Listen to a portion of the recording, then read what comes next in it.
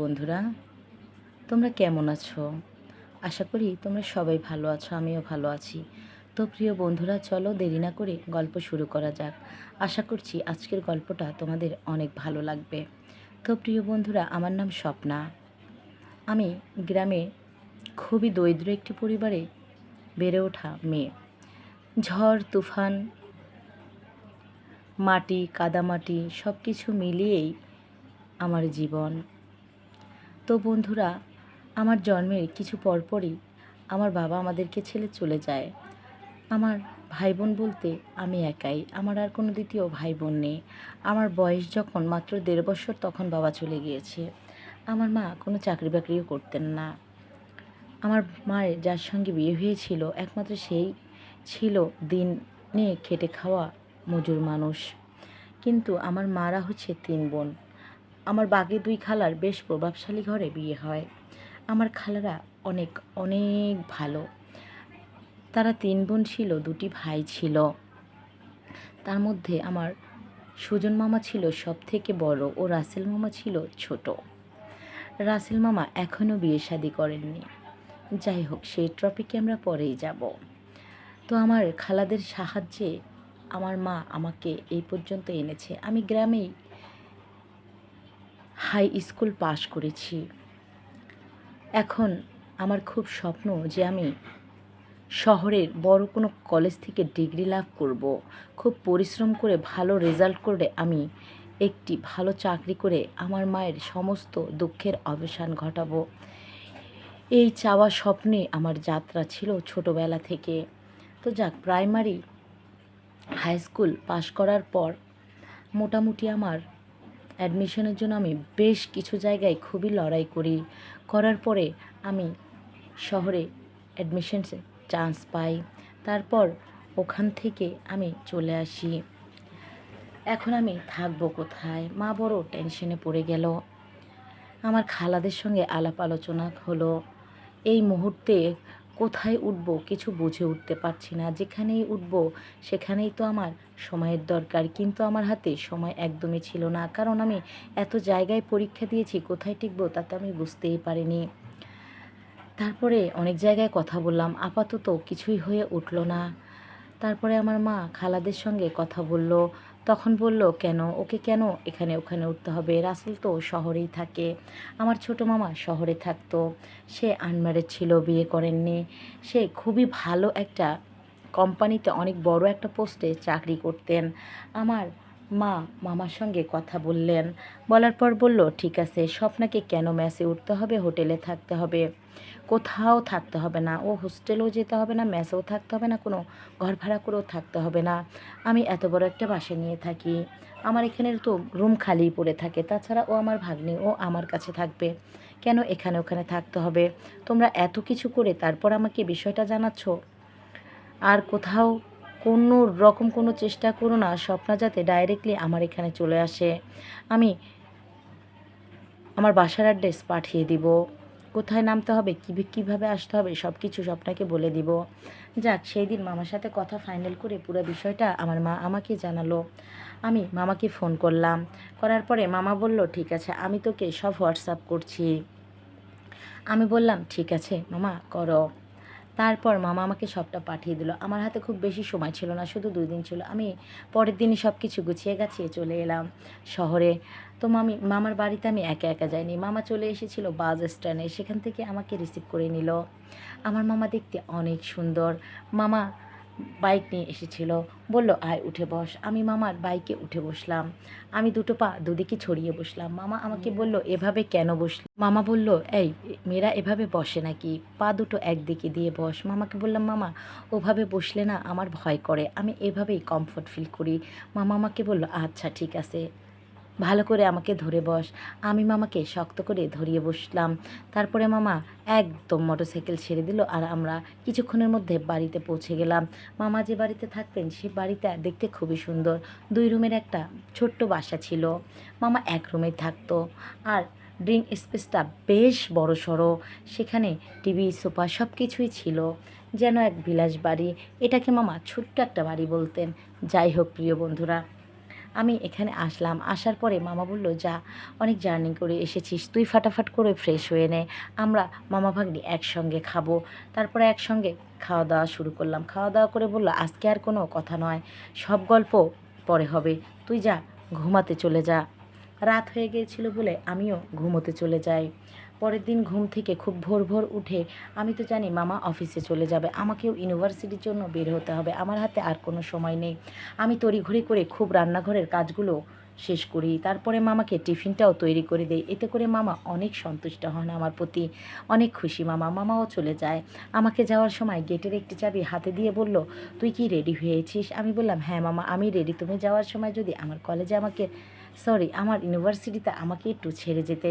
বলল, হ্যাঁ অবশ্যই, তুই আয়। আমিও খুব সুন্দর করে ব্যাগটা হাতে কাঁধের মধ্যে ঝুলিয়ে মামার পিছু পিছু দৌড় দিয়ে যেয়ে বাইকে বসে পড়লাম।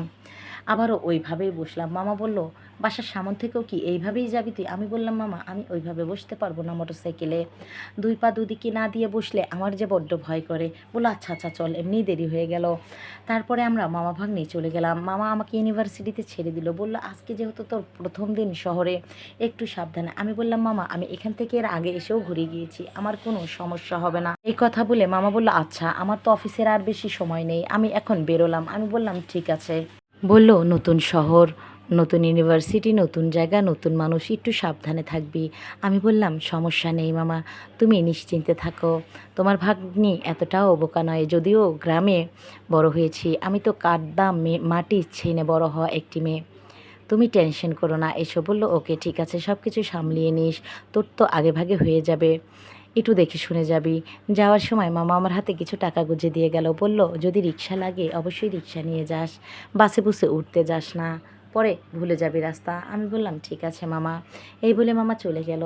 মামা আসার আগে আমি চলে আসলাম। আসার পরে আবারও বাড়িতে সমস্ত কাজ কাম করে গুছিয়ে গাছিয়ে রাখলাম। আর পরপর মামাও চলে আসলো। মামা আসার সঙ্গে সঙ্গে একদম ওড়নাটা কোমরে গোজা ছিল। মামা আমার ব্যবহারে খুবই খুশি হলেন। মামাকে আনন্দ হতে দেখে আমি বাড়ির কাজকাম আরও মন দিয়ে করতে থাকলাম। মামার সমস্ত কাজে আমি হেল্প করি। যাকগে প্রিয় বন্ধুরা, এখানেই শেষ নয়। তারপরে আমি আমার মামার বিছনাপত্রগুলো একবারে নামিয়ে নুমিয়ে পরিষ্কার করতে যেয়ে যে জিনিসটা দেখে ফেললাম, সেটা দেখে আমার তো চোখ কপালে।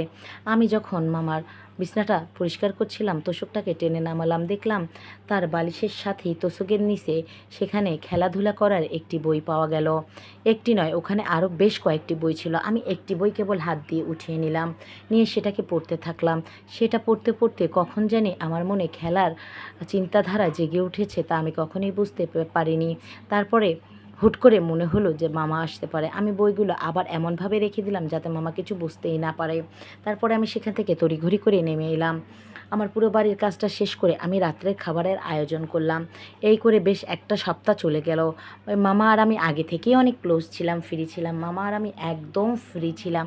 আমরা বসে বসে একসাথে অনেক রকমের মুভিও দেখতাম। এই করে করে ব্যাস 2টা সপ্তাহ কেটে গেল। মামা আর আমি একদিন বসে বসে সকালে কফি খাচ্ছিলাম। মামা বলল, আজকে ছুটির দিন রে, তোকে না শহরটা ঘুরিয়ে দেখাতে পারলাম না, যাবি? চল, তোকে আমি শহরটা ঘুরিয়ে দেখিয়ে নিয়ে আসি।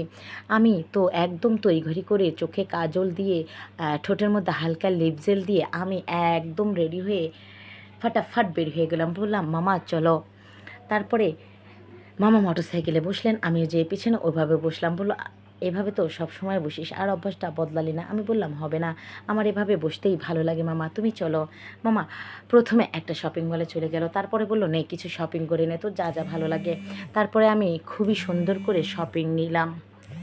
শপিং শেষ করার পরে আমরা সুন্দর একটি রিসোর্টে চলে গেলাম। সেটা নতুন নতুন হয়েছিল। সেখানে যাওয়ার পরে আমরা পার্কে এসে আমরা খুবই খুবই মজা করলাম। আমি যে শপিং করে এনেছিলাম, তারপরে এসে আমরা খুব মজা করে ড্রেস চেঞ্জ করে নিলাম। করার পর আমরা একটু সুইমিং করলাম। সুইমিং করে এসে অনেকটা মজা করলাম। যখন আমি ড্রেস চেঞ্জ করার জন্য ঘরের মধ্যে আসলাম, মামা আমাকে বলল, তোকে না আজ খুব সুন্দর লাগছে এই টি শার্টে। আমি একটু মুচকি হেসে বললাম, তাই নাকি মামা? তারপরে আমরা ড্রেস চেঞ্জ করে চলে গেলাম। আবার যাওয়ার পর খুবই খুবই দারুণ দারুণ ওখানে রান্না হয়। আমরা খাওয়া দাওয়া করলাম, করার পরে ভাবলাম যে আরেকটু খেলাধুলা হোক। আমরা চরকি উঠেছিলাম, তারপর ট্রেনে উঠেছি, হেলিকপ্টারে উঠেছি, অনেক অনেক মজা করেছি। করার পরে মোট রাত হয়ে গেল। তখন রাত 8:30 বাজছিল। আমরা রওনা হয়ে গেলাম বাড়ির উদ্দেশ্যে। অনেক রাত হয়ে যাওয়ায় আমরা ডিনার করেই বাড়ি ফিরি। তারপরে সেদিন আর কোনো কাজ ছিল না। আসার পরে আমি আর মামা বসে বসে সোফায় টিভি দেখছিলাম। টিভি দেখে বলল, যা ঘরটা একটু ঝেড়ে দে, আমি শুয়ে পড়ি, কালকে তো আবার অফিস আছে। আমি ঘর ঝাড়তে গিয়ে দেখি এবার বালিশের নিচে সে খেলার গল্পের বই। আমি আবারও মন দিয়ে গল্পের বইগুলো পড়তে থাকি। হঠাৎ করে মনটা আবার বিভিন্ন রং বেরঙে জেগে ওঠে। আমি চুপচাপ করে বইটা রাখতেই যাব, এমন সময় পিছন থেকে দেখলাম মামা ডাক দিল, কি করছিস? আমি বললাম, না না কিছু না, বইটা রাখতে গিয়ে হাত থেকে পড়ে গেল। মামা বলছিল, কি রে, তুই এই বই পড়ছিস? আমি বললাম, হ্যাঁ মামা, আসলে বিছানা ঝাড়তে যেয়ে আমার হাতে পড়ে গেছে। আচ্ছা মামা, এখানে যেটা লেখা আছে এই ঘটনা কি সত্য? বললো, হ্যাঁ, হলে হতেও পারে। আমি বললাম, তুমি পড়ো, তুমি কি জানো না? বললো, হ্যাঁ, আমার ভালো লাগে, এই জন্যই আমি এই বইটা পড়ি। আমি বললাম, হ্যাঁ, নিত্য নতুন বই পড়ো, আমি কিন্তু আরও দেখেছি। বললো, বোকা মেয়ে, যা নিজের কাজ কর। তারপর থেকে আমি পাতলা পাতলা জামা কাপড় বাড়িতে পরতে থাকলাম, যে মামাকে বাগে আনা যায় কি না। আমারও আর একা একা ভালো লাগছে না। এভাবেই এই দিনটা গেল, যে আমি মোটামুটি আবারও নিয়ম অনুসারে ইউনিভার্সিটি শুরু করে দিলাম। দিয়ে আমাদের পরবর্তীতে আবারও একটা বন্ধের দিন চলে আসলো।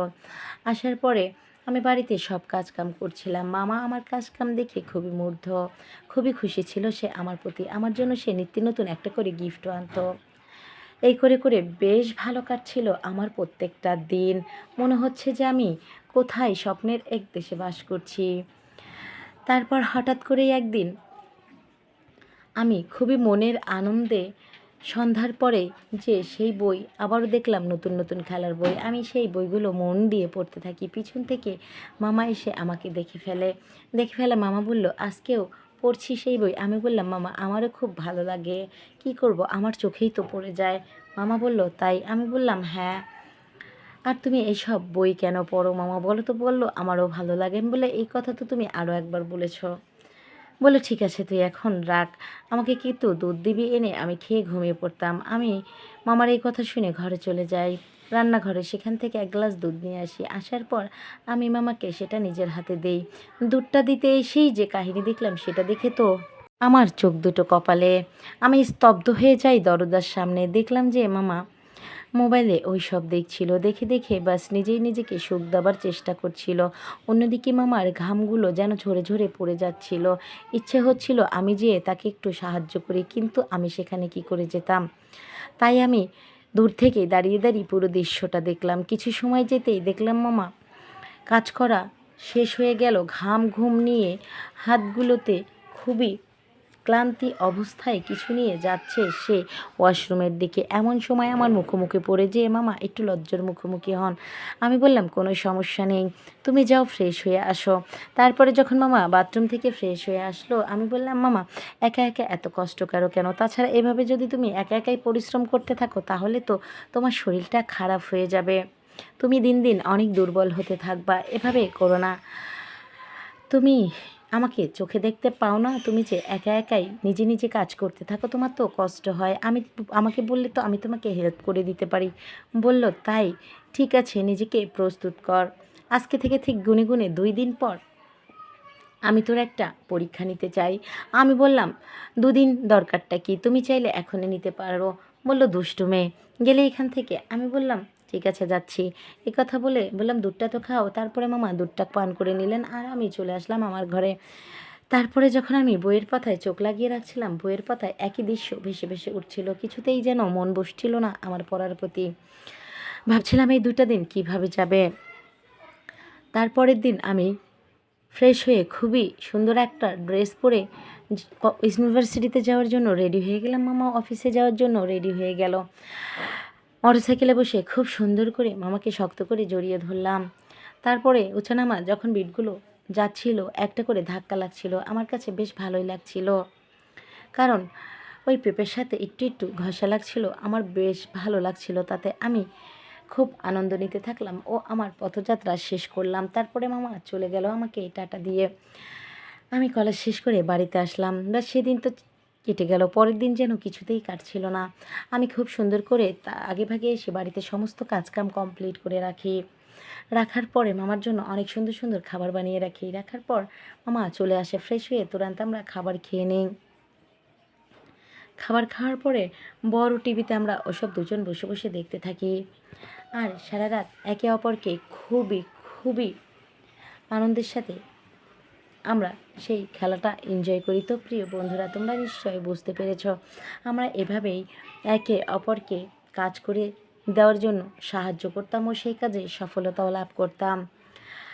আমরা এভাবে 3.5 বছর একই ছাদের নিচে কাটাইছি। তারপরে মামাকে বিয়ে করানোর জন্য বাড়ি থেকে তো একের পর এক চাপ দেওয়া হলো। মামাও বিয়ে করে নিল, অন্যদিকে আমাকেও দিয়ে দেওয়া হলো। তারপর থেকে আমরা দুজনের সঙ্গে সম্পর্ক ছিন্ন করে যার যার মতো তার বাড়িতে সম্পর্ক বজায় রাখলাম। আর গল্পটা এখানেই শেষ হয়ে গেল। তো প্রিয় বন্ধুরা, গল্পটি কেমন লাগলো?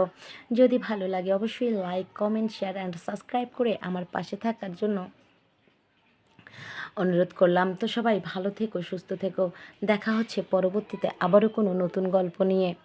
আজকে এই পর্যন্তই। Bye bye and